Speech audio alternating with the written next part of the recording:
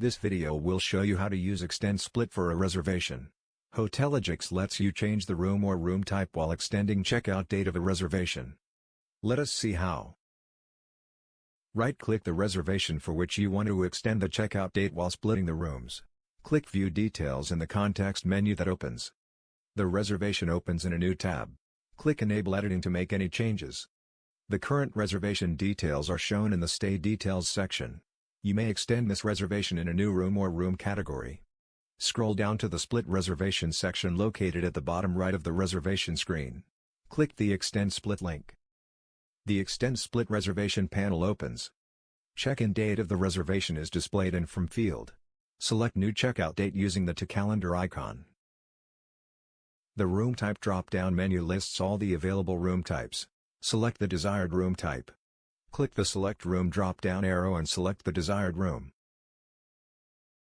Click the Split button. The reservation splits and extends in the Split Reservation grid. Click Save to save the changes. The extended split reservation is now displayed on the front desk. Note that the extended split reservation changes to a chevron shape on the front desk. It can be located by clicking the pointed edge of the chevron. The other half of the reservation starts blinking on the screen. This brings us to the end of the video on how to use Extend Split for a reservation.